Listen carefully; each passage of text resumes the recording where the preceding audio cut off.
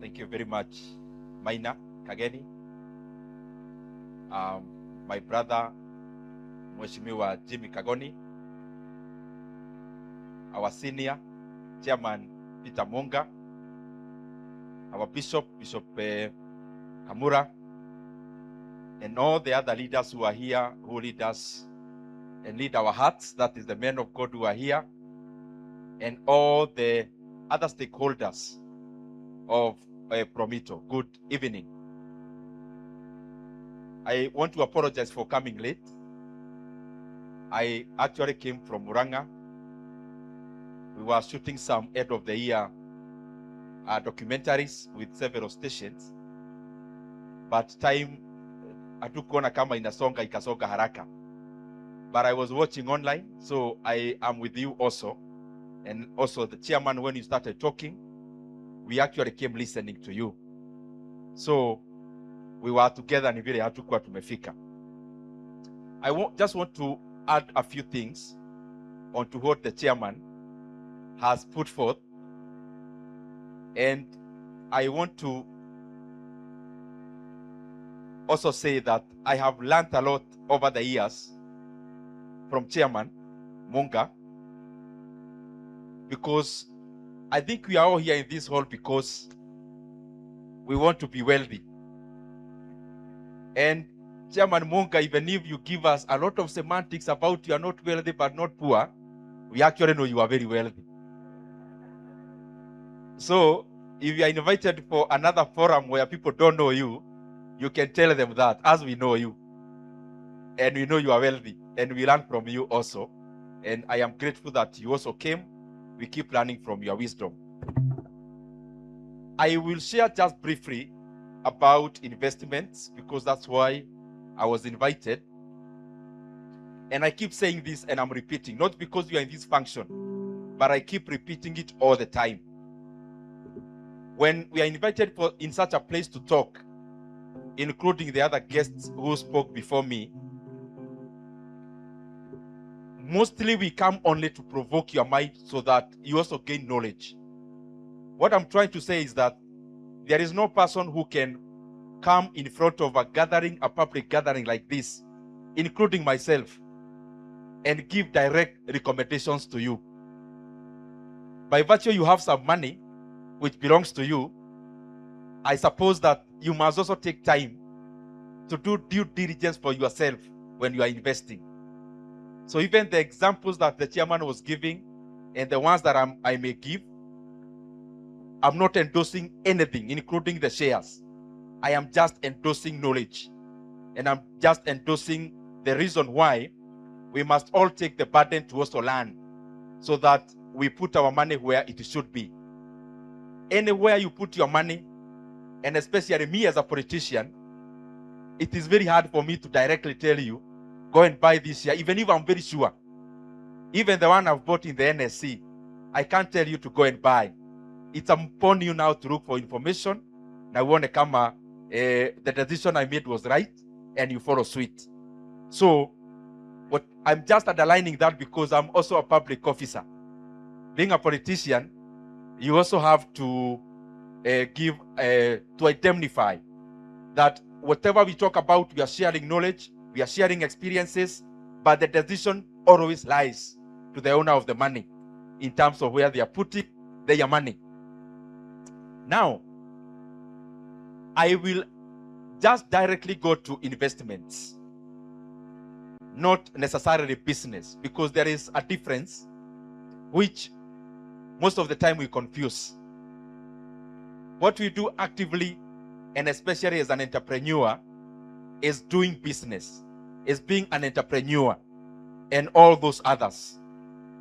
What we do passively is what I may call investments, where not your head, not your hearts are working for you, but your money now starts working for you. That is passive. Business is in many forms. And I'm here, and I'm sure here in this hall, we are homogeneous. We are heterogeneous. We have come from various backgrounds. We are not the same. Our reasoning is not the same. Businesses are actually always like that also. Because if you all think about the same thing, we'll all be owning banks like the chairman, or all be owning companies that are more or less the same.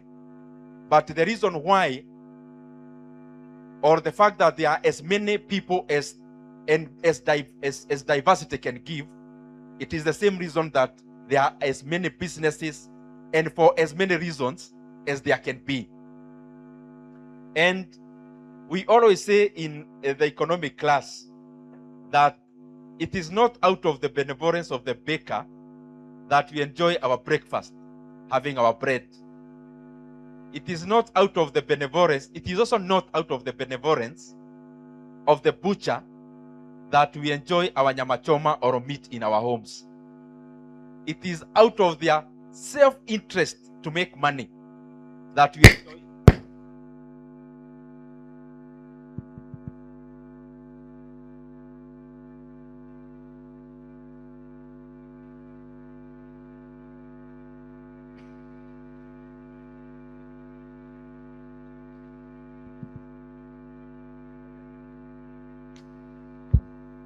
I think it's working. It's working. But DJ, ongeza sauti kidogo tafadhali.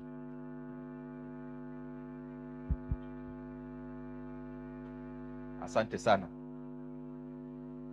I was saying that it is, let me repeat that, because it's the only thing I want to say about business. We go to the investments, the reason why I was invited.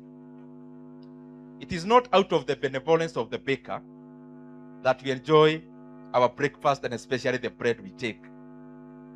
It is also not out of the benevolence of the butcher that we enjoy nyama choma or our meat. But it is out of their self-interest to make money that we enjoy the two. And that is how the economy is made. Economy is made out of selfishness, out of personal pursuits, then harmony is gotten. The fact that when you are working in an office in Nairobi, you don't have to worry how you'll go home. You know there'll be a matatu waiting for you. It is out of the matatu owner, their interest to make money, that harmony is gotten for you to get a matatu when you need it. And the same way, when you are going to your local kiosk or a supermarket, that you get, they are waiting for you. They are not there to harmonize your life. They are also there to make money. And that is how the economy is made. So whatever personal pursuits we pursue, it's not bad and it's not wrong. And I say so because majority of us who are from the village and also who are Christians, sometimes we may think that looking for money is entirely a bad thing. I don't believe so.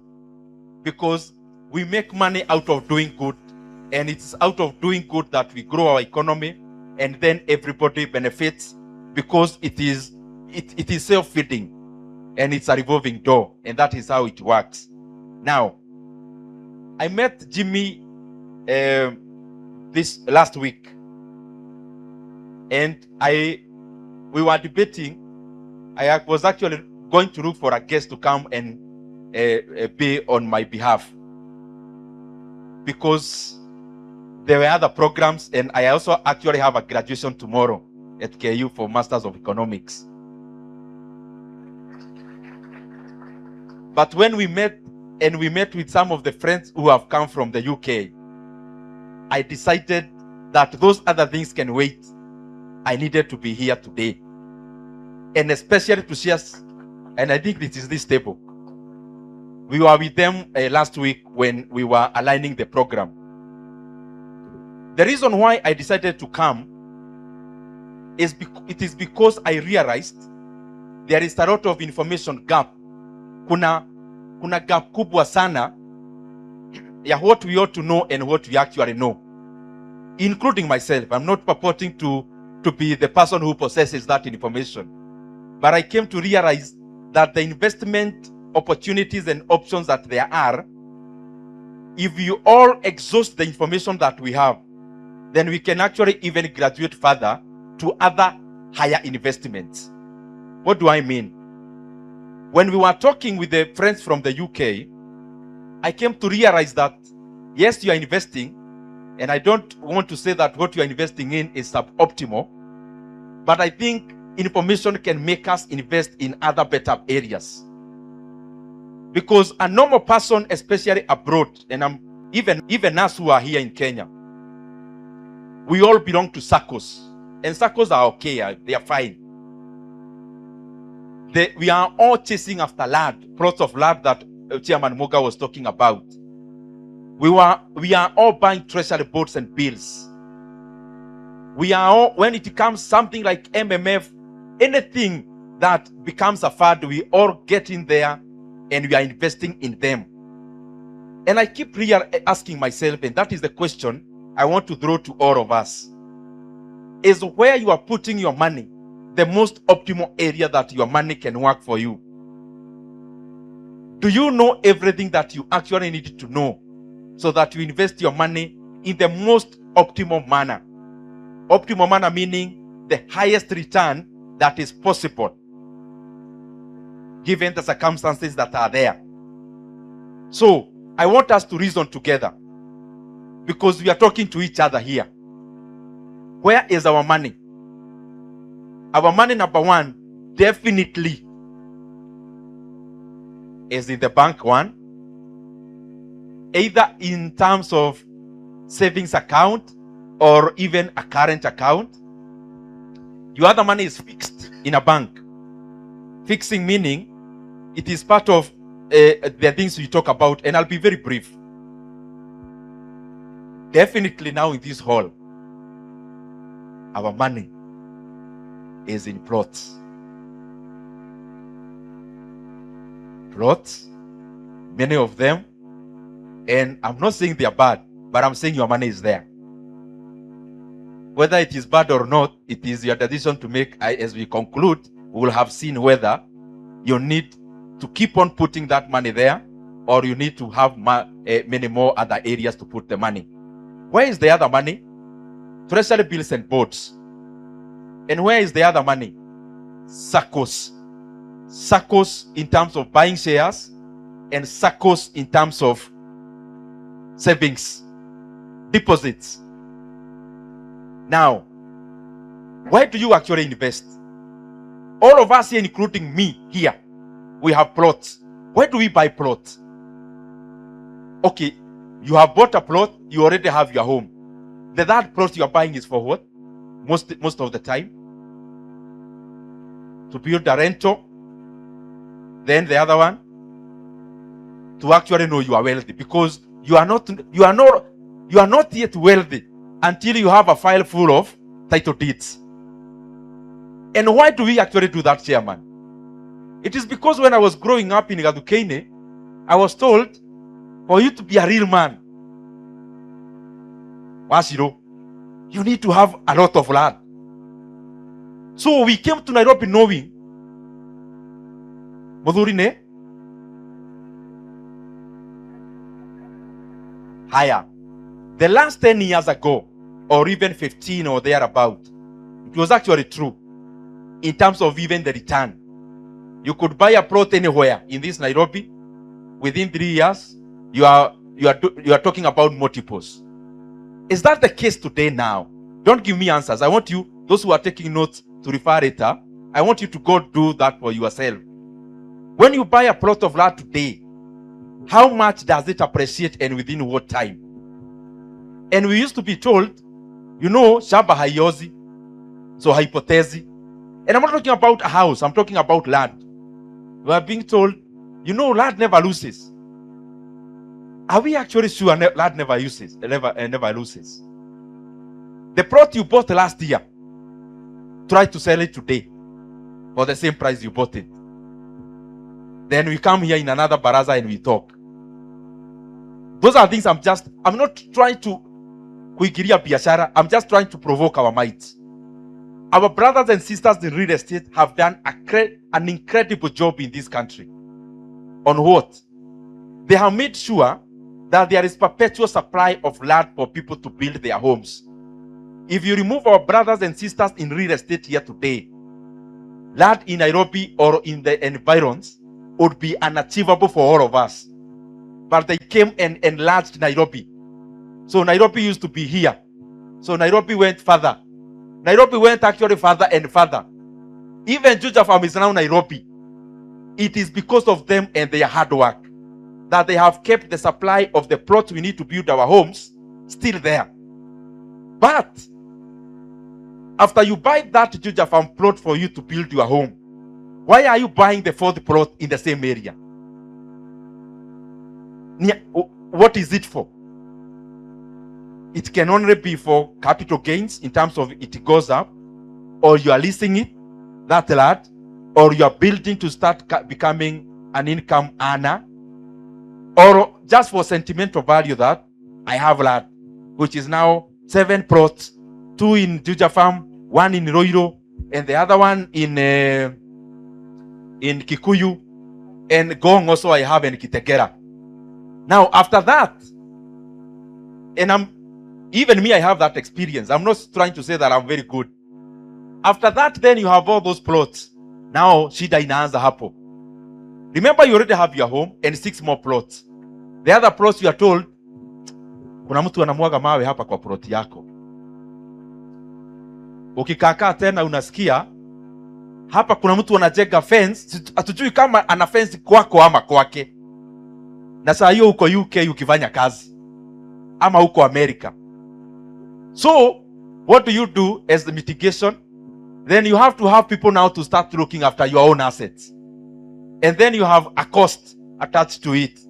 And then, not just one because they are sparse. You have one in Roiro, kuna mtu anakuangalianga, anaiangalia. Hata kama sio kiateka ni neighbor, once in a while you have to do something for that service to continue coming through the way it's coming. I have always wondered, how comes in the places you live in the US and the UK, how comes after people buy their homes, they no longer have 6, 7, 10 plots? Why? Why is that? I see my brother looking at me, so let me watch and niache maneno ya mashamba hapo. Fixed income. Fixed income assets is what? Fixing money in the bank, T-bills, T-boards, treasury boards, anything that you are guaranteed money. When you are guaranteed money, and it's me guaranteeing you that money, what comes to your mind? That I'm already guaranteeing you, I'll give you 10%, 12%. So you think I came all the way from Turkana? You think I came all the way from Nyeri to come to Nairobi to guarantee people returns? I'm not talking about me. I'm talking about that company you've put your money. So you think that guy set up an investment bank to guarantee you money? I think that person made that bank to guarantee themselves money, not you. So I want us to I am provoking your mind. I'm not saying anything is wrong, as I said. I want you to open your mind to other things. And the last thing I want us to talk about is what Chairman Moga talked about. Because that is what I have experience in, and that is what you share what you have. When you call a real estate person here, they will say other things that I didn't know quite well about real estate. So me, I came here because the domain I know most is the capital markets. Other people call it securities market or stock market. That is my domain. So if I talk more about it, it's because I was invited to say about what I know, not what I don't know. And what I know is shares. And I am glad that Chairman Munga left it where he left it. Chairman, I have given examples with you many forums. And I have been giving these examples because I know I am your son.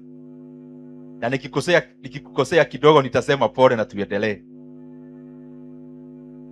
And I'll give that example as you sit here because we are all learning. Chairman Moga started Equity Bank. And he's here. Bill Gates started Microsoft. He's not here, but we know him.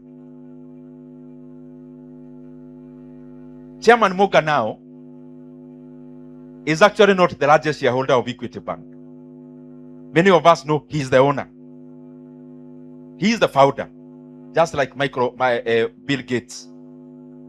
But Chairman Muga actually has less than what is in his name.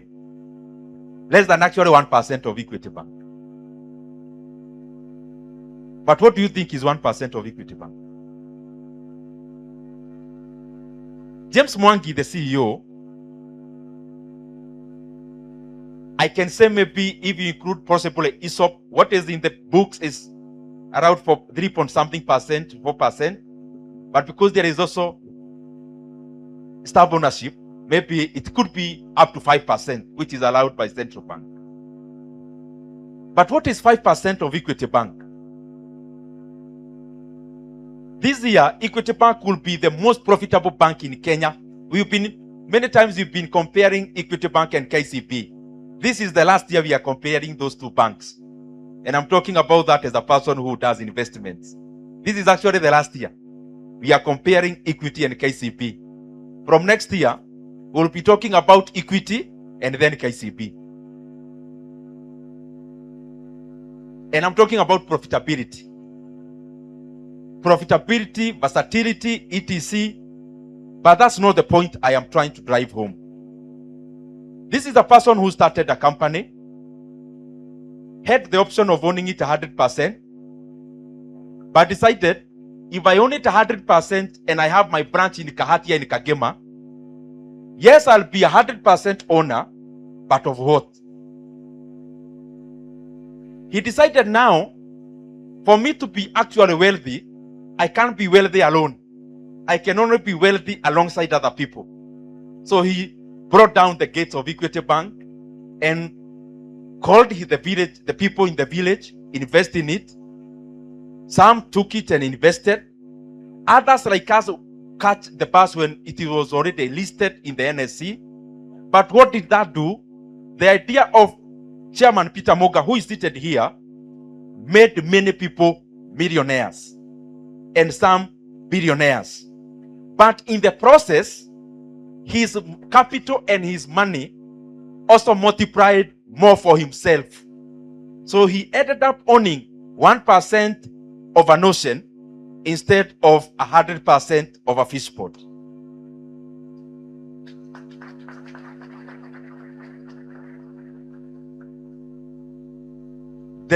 Some of the points he gave, I have seen them with my own eyes. I started doing stockbroking when I was in first year in campus, employed by Kenya Karaoke as a stockbroker then. And some wazee would come, mzee anakuja, ametoka Muranga. And I'm saying Muranga because most of those old investors were actually from the same locality. So mzee would come with a kabahasha. They have come to do what? To sell some shares to pay school fees for their children. You are seated there, employed by a stockbroker. Mzee would come with a certificate without knowing the shares he's presenting before you, let's say, had 10,000 shares, were already split and already bonused, and Mzee seated there, who took a matatu from Kagema or from Muranga, was actually able to buy a Range Rover, but they didn't know. If you ask any person who was in any stockbroking company that time, Equity Bank, Co-op Bank, those two especially, mzee alikuwa anakuja, you know that time there was no CDSC, shares were certificates. So mzee alikuja na certificate, hata hakupata habari, share ilisplitiwa mara 10, na ingine mara 3 na 3. So hii share moja ni kama share 100. Yeye tu anakuja na 10,000 shares without knowing he's actually a millionaire who, instead of going back with a matatu, he had the ability to go to DT Dobi, buy a Mercedes and drive back home in Kagema. And those are real things I have seen. So I have talked many points in that. And I'm just trying to say the reason why I am myself inclined towards stock market and shares is because I think it is the most less complex. Why? We are talking about, let's say, company called CIC Insurance is also listed. Suppose they have 100 shares. You have 1 share and you are 100 of you. It means 100 of you are what we could call business partners. You are 100 business partners. So shareholding also becomes like a business partner. You become like this table, you have a company. The company is the name of this table. So in this table, you say we contribute money to start this company. It needs 100,000 and we are 10. So kila mtu atoe 10,000. So that 10,000 earns you one share. That is how the stock market works. So you are already a part owner of that company. And companies do that so that they get money to grow, and that growth is multiplied. That growth is escalated much further, so that what you can achieve by your money, let me paraphrase, what your money can achieve collectively becomes much more for you as an individual than what your own money can achieve for you when invested by you as an individual. So take Dama, who is here. Dama has mobile spares. So Dama realizes I'm making 1 million shillings as profit every month. So per year realizes this is 12 million shillings. So Dama realizes now, why am I actually selling spare parts? Why do people know me as a spare parts person? Why can't I be selling now phones manufactured by me, actually called Dama mobile phones, instead of Apple? And instead of Samsung, you can have D-Mobile, Dama mobile. So she realizes she has competencies in the market of phones. That is the competitive advantage she has in the market of phones. But realizes also, I am comfortable. I am Dama. Everyone knows me. And I'm making good money. 1 million per month for me is good. I can drive my V8. I can live where I want in Nairobi. What more do I want? Mi sitaki kusupuliwa. That is a good option. But then realizes, I think I can capitalize more with what I already know by doing it with more people. So Dama realizes, I'll go to China, learn some technology. I will go now to Roiro, the same place I started, or go to Nakuru or elsewhere. I'll start now manufacturing my own phones. Then she does her computations and realizes it's possible. Now Dama now launches D-Mobile. But now she needs money to invest in the business to grow. She can either go to the bank, take a loan, or offload some of the assets she already has. Maybe she has already done that, trying to prop up the business. Now, instead of all that, there is another option. You realize, instead of doing this thing alone, I am one Dama here, so I'll get somebody to give me 100 million shillings. And these 100 million shillings, I'll actually give them 20% of my new business together with the old one, so that they have comfort of already secure cash flows. So Dama now ceases to be 100% owner of Dama mobile spares. She becomes an 80% owner. But she sold 20% for 100 million, some of the money which is being used to set up a factory to manufacture phones. So by virtue you have raised 100 million shillings for 20% stake, immediately your company becomes valued at 1 billion shillings. 500 million, sorry. If 20% is 100 million,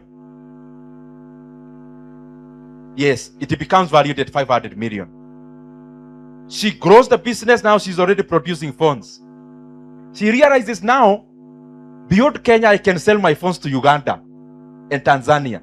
But then you need more capital now to grow the company even on steroids. Because the market is there, everything is working for you except capital to expand. The same Dama now calls the other 20% shareholder, tells him or her, let's open up this business for more people. Now you actually fundraise from 10 people, each 50 million shillings. But that 50 million shillings maybe gives you 5% stake or 2%, whatever. But let's even talk about one person for simplicity of this math. The business is already 500 million according to the last valuation. And fundraising.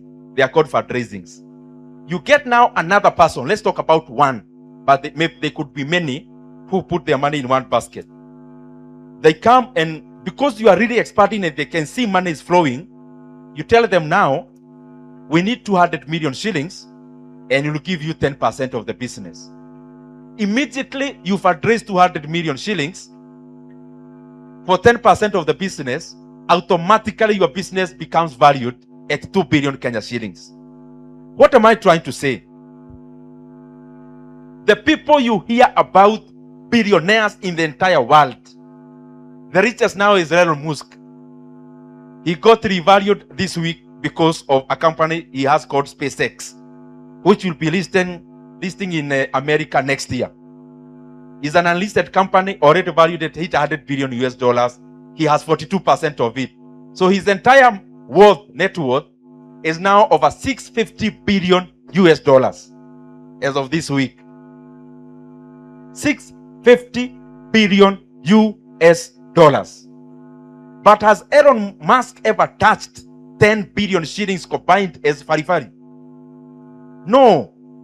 How is he a billionaire? He has a 12% stake in Tesla. So Tesla started by doing what I have said Dama would do. And after the company became so big, now it's $2 billion Dama company, Dama goes to NSE and actually lists. So she gets $1 billion shillings to invest and escalate the company even further. And now from there, Dama is now a billionaire, almost a dollar billionaire, and going through that route. Elon Musk, Microsoft, Peter Moga, James Mwangi, all of those, they are not billionaires because Chairman Moga has $1 billion shillings in their account, but is out of the valuations of their companies. So that is I have given a business talk there, but also summarized also the investment part. That is the reason why, for me, I have a preference for stocks. Why? I'm investing in something with life. When I invest in a plot, let's say even a flat, I've already built a flat, let's say, a flat cannot add 2 more floors. Ati niende America, ilikuwa ya 4 floors, ati irakora ta muti, gakora ya gorofa ithathatu. It can't work like that. If it is 4 floors, it is 4 floors. You can only come and physically build the extra 2-3 floors. The only thing that can change is the rent. But the plot cannot grow. But when I invest in Equity Bank, I actually have shares in Equity Bank also, because I think it's a very, very good business model. So when I get into equity, when it is Equity Kenya, and you buy 10 shares of equity or 1 million shares of equity, so those million shares of equity, when it is in Kenya, now the board sits down, goes to DRC, buys a bank there. When they buy a bank, what is that doing to me? My share that I have 1 share in equity here in Kenya, ndio imetumwa DRC kuniwidia pesa. When equity goes to DRC, there are no separate shareholders at wa DRC na wa Kenya. When you are an investor in Equity Bank Group, ikienda DRC, the profit made there, you also see it in your 1 share. Now, the company now departs from there. It is already doing well, goes to Tanzania, goes to Uganda, and now I saw even better news, going to Ethiopia. When you go there and invest there as Equity Bank, mimi na kasia yangu hapa Kenya ndio iko huko. So what do I mean? Investing in a company has life. It has life because the company is versatile. There is decision making that is making the company grow. But when I buy a treasury board, other than the biannual payments that I'll be paid by the central bank, my 1 million after 10 years will still be 1 million. Remember, in the company, and I'm using equity because the chairman is here, you buy this share here, it is already going to hunt for you money. But remember, out of that hunting, it is also growing as an entity. So, and as it grows, in the end of the year, they pay me part of the money, the profit they make in terms of dividends, and we retain some kuenda kuwinda even more. That is why for me, I always prefer the stock market. Either you as an owner of a business listing and ceasing to be 100% owner, but also many of us as passive investors also investing in companies that has got life other than assets that are just static and stale. Most of the fixed income assets are static and stale, because once you invest in it, no growth. You are assured, yes, after every 6 months you are given your interest, but your money remains your money. But the person you've given this money is already investing it in growing, in entities that have life and growing. As I come to the conclusion, what do you look for? Because I said my area is NSC, Nairobi Securities Exchange. You go to any licensed broker. You can just go to CMA website, you get a broker, open a CDSZ account, so that by the time you go back to America or the UK, you already have that account. Secondly, carry their bank account, because you'll be sending money directly from your bank account to the broker's account. And after that, you give what is called instructions. Instructions is like, buy me CIC shares, buy me Kenya Power shares. You write them an email or in whichever other module that is acceptable and that can be archived. Then they buy for you. No complication. Liquidity. If I have land and I want to liquidate, if I have a T-bill, I want to cash in. If I have shares, I want my money. When you have your shares, Kenya operates on something called T+2. T+2 means trading day plus 2 days. When you sell your shares, you get your money after 2 days in your bank account. Now, what do you look for? Because that's a question I am sure majority want to know as I come to the conclusion. Umesema hiyo yote, nitajua aje nitanunua gani? Hata mimi sijui, ni wewe utajua. But I can give you some guidelines based on the retro experience I have. In the stock market, you start with the, first of all, angalia tu global markets ziko namna gani. Because Kenya does not operate in isolation. Kenya operates as part of the globe. So ukiona, when the interest rates globally are going down, you see Federal Reserve, they met last week, the rates are down. When the CBR, central bank meets, they take the rate down. That is already a signal that the entire globe is going a low interest rate regime or time. Most of the time when the interest rates are going down, the stock market is going up. Because a person with money then decides, instead of buying T-bills, which are giving me so retro, so capital starts moving to the stock market, like it's happening now. After globe, which you tick that box, come to the country. In the country, how is it in terms of not just purely the economy, the stock market itself, and comparative with the interest rates? Because capital always chooses between interest rate and shares. That's how markets always operate. So when interest rates are going down, you can be sure shares will, in the meantime, continue also going up. So you tick that box. The other one you go is sector. Yes, you are now in Kenya and you are investing in Kenya, or in the US, and you've decided through New York Stock Exchange or NASDAQ, you are investing in the US. Now, go to the sectors. Within that country, let's say it's Kenya or the US, which are sectors that are showing the highest growth? Let's say, for example, in Kenya, according to myself, it is actually banking sector and possibly IT. So when I go to banking, I have zeroed in, let's say, in the banking sector. When you zero in into the banking sector, you realize there are many banks that are listed. There is ABSA, Kenya. There is Stanchart, Kenya. There is Equity, there is DTB, there is KCB, there is HF, which also chairman is part of. Chairman, even HF is actually also there. Through Britam, which is also there, is huyu chairman anasema is not wealthy. Huyu, he is among the single largest individual shareholders of Britam. Yuko johera dako aneka mono monene. So, what am I trying to say?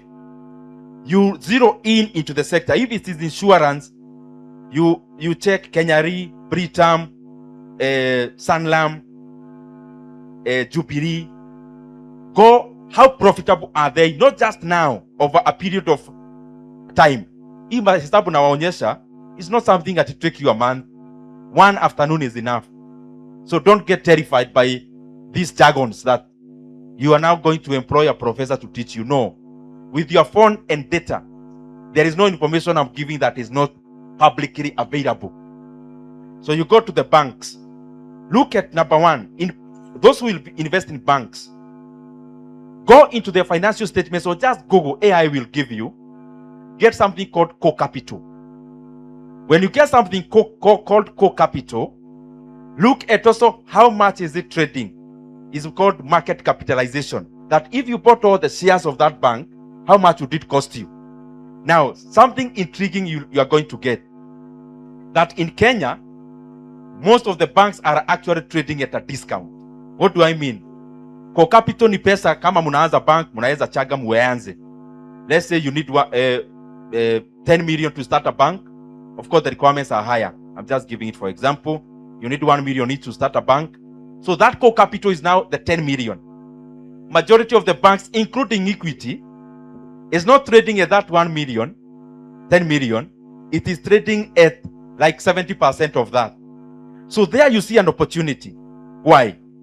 Because you're already buying this bank at a cheaper price than if a person is starting a bank in Kenya today. It's called either discount or a premium.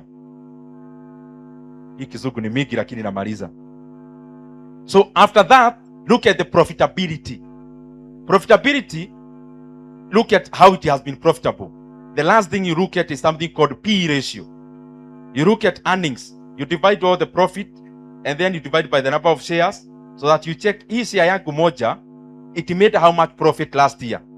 Then PE measures, if I am to rely on the earnings to recover my money, and if the company is to pay all the money they make in profits as dividends, how long would it take me to recover all my money?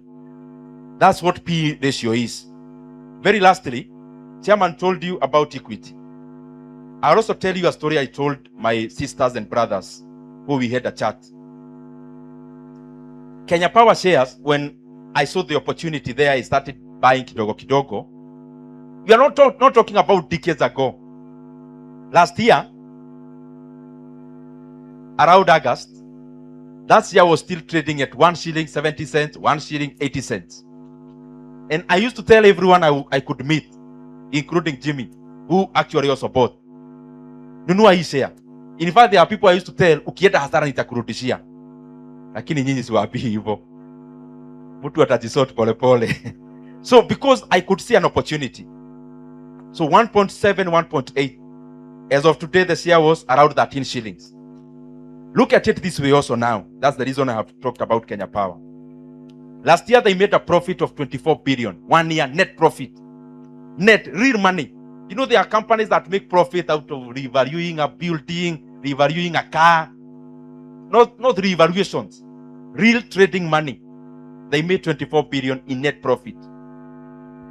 The company, the entire world today, is 24 billion. So you want to tell me a flat you are collecting rent for 10 million shillings in a year, and today it is being sold for 10 million shillings. So that's the reason why I feel there are many opportunities in the NSC, because they don't exist. That kind of information gap does not exist in many areas in the world. Where now I am talking to you publicly. Now there is a company here valued at 24 billion and is making 24 billion in 1 year. Let me simplify. I'm talking about a flat with annual rent ya mwaka ya 2.4 million na mtu anakuzia hiyo ploti leo 2.4 million. I know it doesn't see. Or am I seated? You are wondering maybe the other things. How can that be? The truth of the matter is that those are the kind of opportunities in the market. The bank that Chairman owns, we likely make 70 billion in net profit this year. But if you bought the entire company, it is less than 4 times the annual net earnings. For me, I don't think that is normal. I think it is totally abnormal. Because if you check the companies listed in the London Stock Exchange, New York Stock Exchange, there is no those kind of opportunity anywhere. I've checked. I've checked Nigerian stock market. I've checked JSC in the Johannesburg. I don't think there are companies more undervalued than in Kenya. Very, very lastly, we finished 3 times, so this is the very last. You have heard me talk about Safaricom. This is national but attached to what we are discussing today. You must have heard me talk about the government is underselling Safaricom. Why? Because they came in and told us, we are selling your shares as Kenyans for 34 shillings. Why? Because the market is around 30 shillings. So it's a good price. That's what they say. And I said, no, that's absurd. It's not possible for Safaricom to be valued at 1.5 trillion. They said, no, that's the market. And I'm trying to attach how the market is undervalued vis-a-vis the real value.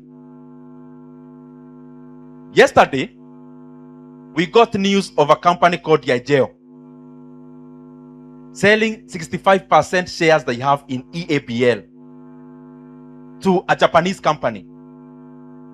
By yesterday, the shares of that company was 252 shillings. I want you to get this. The shares yesterday in a company that is already listed, just like Safaricom, was 252 shillings or thereabout. I hope I am right, but it's around that range. Or maybe that's the average I had done. If you take the money that the Japanese are paying for the 65, each share is valued at close to 600 shillings. So my take is, and that is what I'm pressing the government, you come and tell us about market price for the asset we own as Kenyans. And when there is a private transaction like that one, the investor is not looking at market price. They are looking at the real value of the company. That's why instead of paying 252 shillings, they are paying more than double that. Actually 135% higher. That shows that the market is undervalued, number one. But also number two, that Kenya is making a gross mistake of selling Safaricom on the basis, only one basis, something called market price. Because there is no way companies are valued just because of how they are trading in the market. Market is there to give liquidity, but not necessarily the full value. And I gave the other example as I wind up. There is a company called Reabi Pingo, those who could remember, in 2014. It was selling in the market for 27.5 shillings. And some people came to buy it. Actually, some of the sons of the founder. I had some few shares, so I'm not giving stories. We ended up pocketing 85 shillings for a share that was trading in the market at 27.5. And that is why I am saying, as a public servant, that Kenya must do everything possible to stop the government from underselling our Safaricom shares. Because if we open up Safaricom for other companies to bid, Kenya is going to receive many more billions to develop our education, to build our infrastructure, and to make our economy better.